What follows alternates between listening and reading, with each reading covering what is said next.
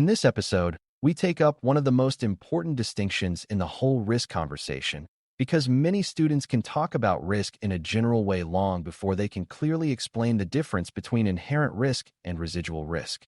That difference matters a great deal in the Certified in Risk and Information Systems Control (CRISC) mindset, because organizations do not make serious decisions based only on whether a threat exists. They also need to understand what the exposure looks like before controls are considered and what remains after safeguards, processes, oversight, and response capabilities are taken into account. If those two views get blended together, leaders can easily become confused about whether a situation is naturally dangerous, well managed, poorly managed, or still far above what the organization can tolerate. Once you understand this contrast, a lot of other topics begin fitting together more cleanly, because control design, risk response, ownership, reporting, and even acceptance decisions all depend on knowing whether you are talking about the original level of exposure or the level that remains after the organization has already tried to reduce it. Before we continue, a quick note. This audio course is a companion to our course companion books. The first book is about the exam and provides detailed information on how to pass it best.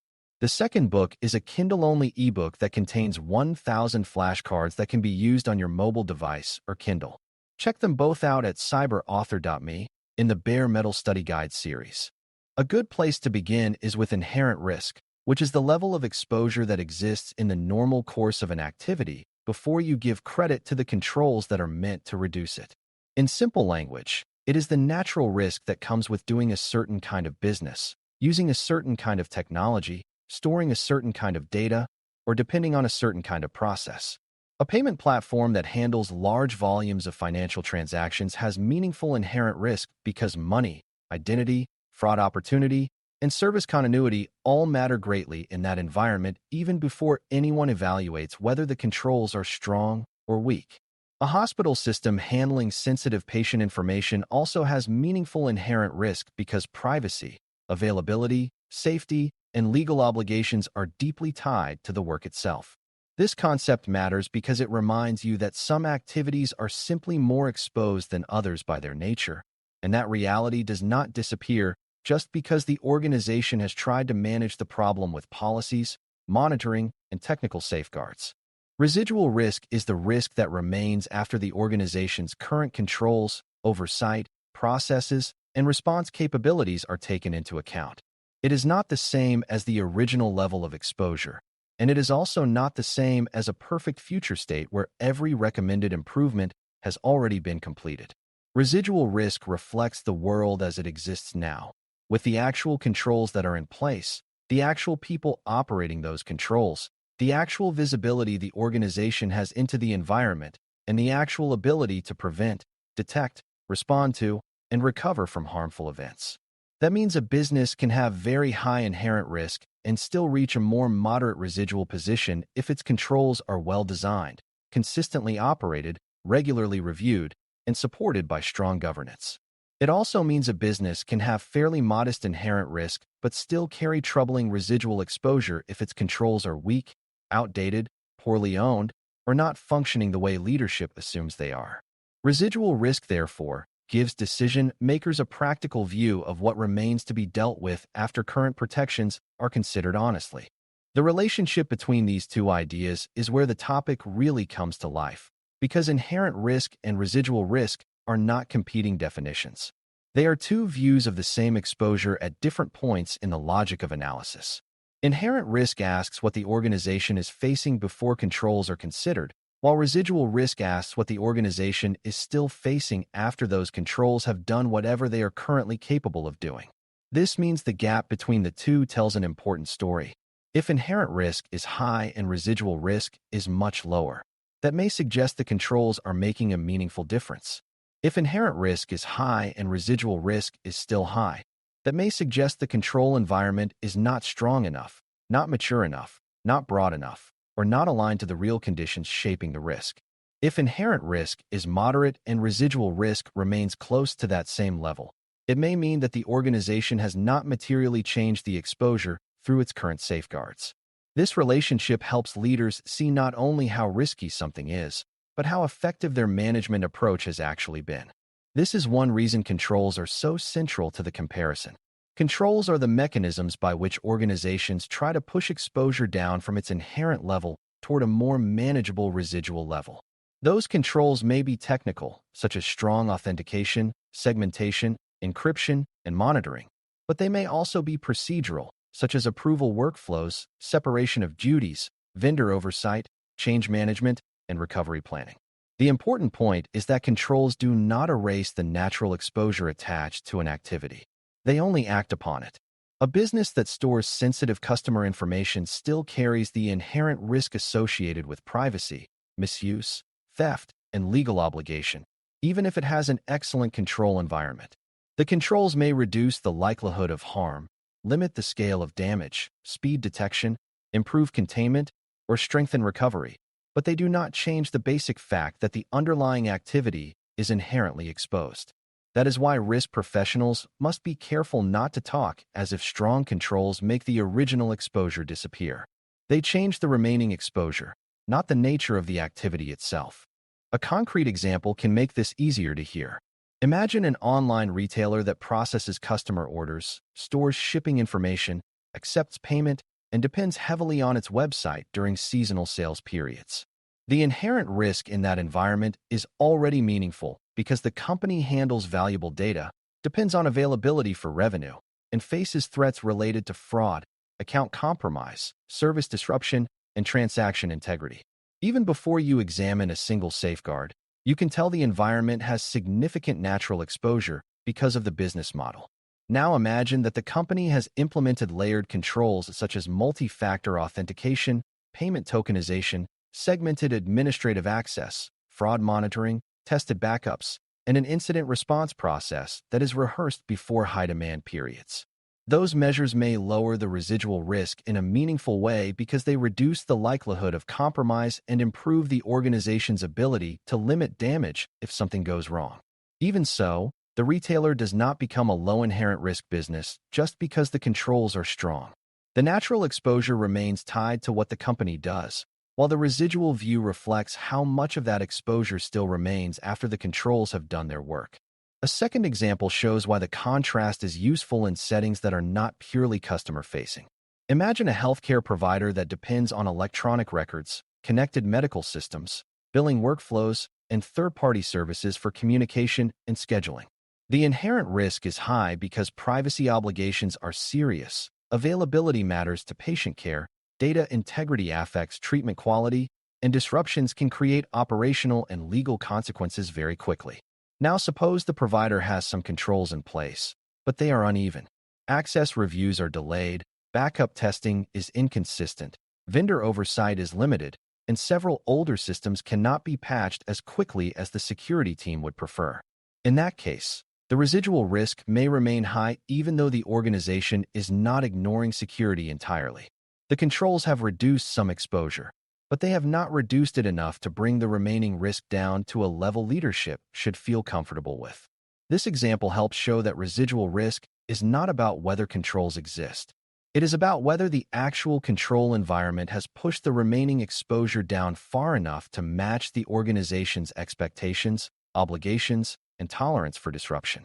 Several factors shape inherent risk, and understanding them helps you avoid treating the concept as a vague label.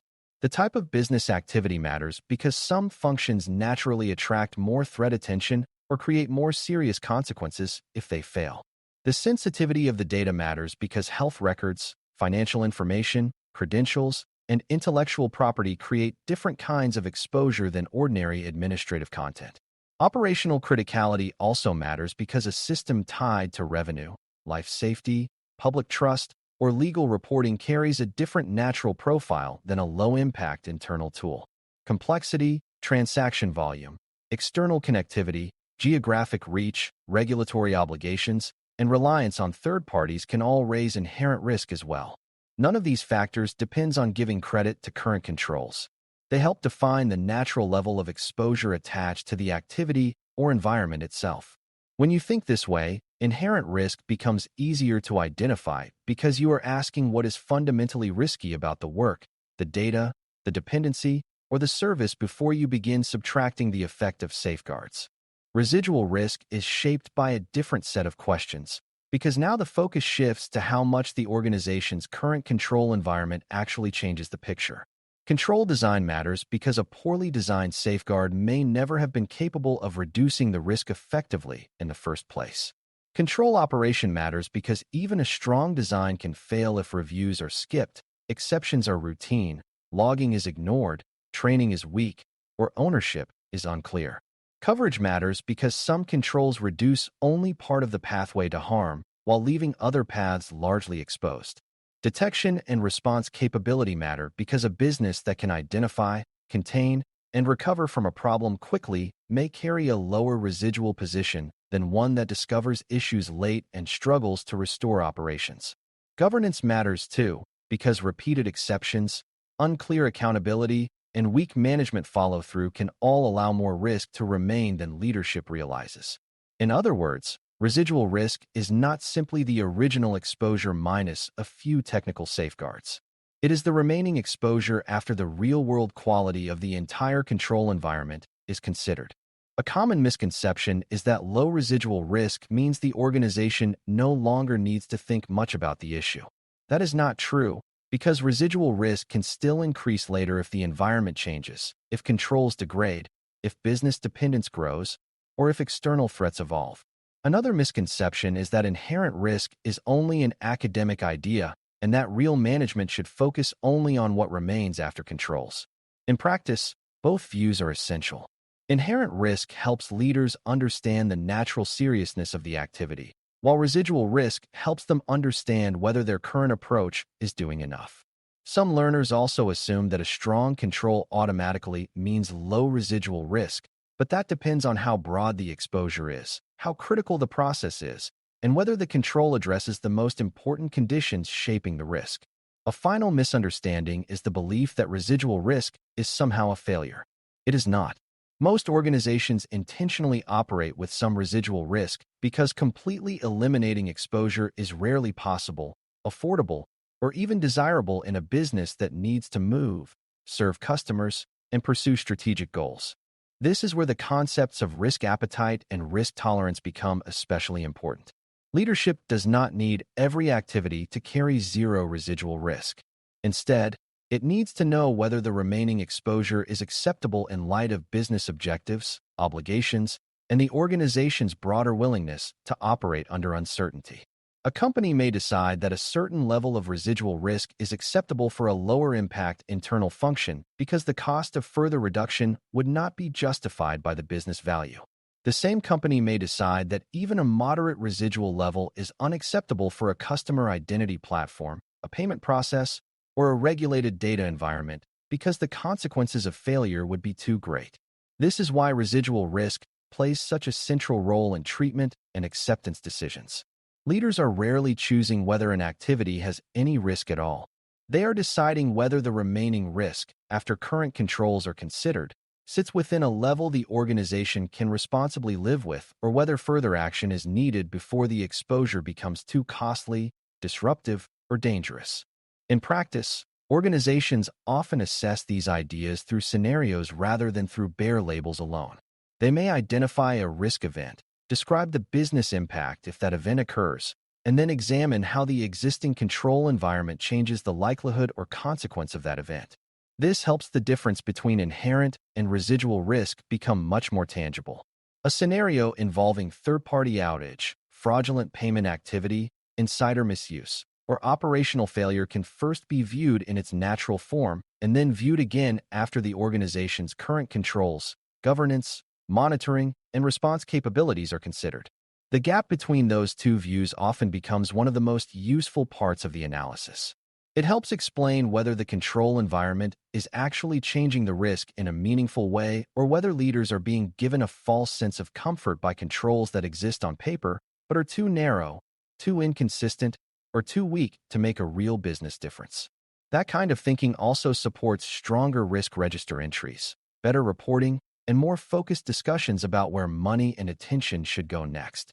For exam purposes, one of the best habits you can build is to listen carefully for whether a question is asking about the natural exposure or the remaining exposure after controls are taken into account. If the scenario emphasizes the risk associated with the activity before safeguards are considered, the issue is pointing you toward inherent risk. If the scenario emphasizes the exposure that remains after current controls or mitigation efforts are evaluated, it is pointing you toward residual risk. The exam will often test this distinction indirectly by describing controls, business context, and acceptance decisions without using the two terms in the clearest possible way. That means you need a mental model you can apply quickly. Ask yourself what the activity would look like if no controls were credited at all. Then ask what remains after the current controls are judged honestly.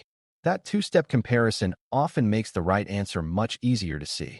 It also helps you avoid a very common exam mistake, which is treating the existence of any control as proof that the risk has become minor or acceptable without actually analyzing what remains.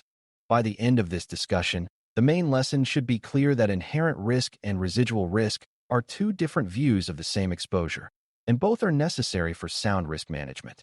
Inherent risk describes the natural level of exposure that comes with the activity, the data, the dependency, or the business process before controls are considered. Residual risk describes what remains after the actual control environment has been taken into account with honest attention to design, operation, coverage, detection, response, and governance. The difference between the two tells an important story about how much protection the organization is really getting from its current approach and whether the remaining exposure fits within what leadership can responsibly accept. This is why the contrast matters so much in C-risk. When you can explain both the natural risk and the remaining risk clearly, you are no longer just naming threats or controls. You are helping the organization see the true shape of its exposure and make better decisions about where further action is needed and where the residual level is acceptable for now. Thanks for listening. For more audio courses, daily newsletters, and more, please visit baremetalcyber.com.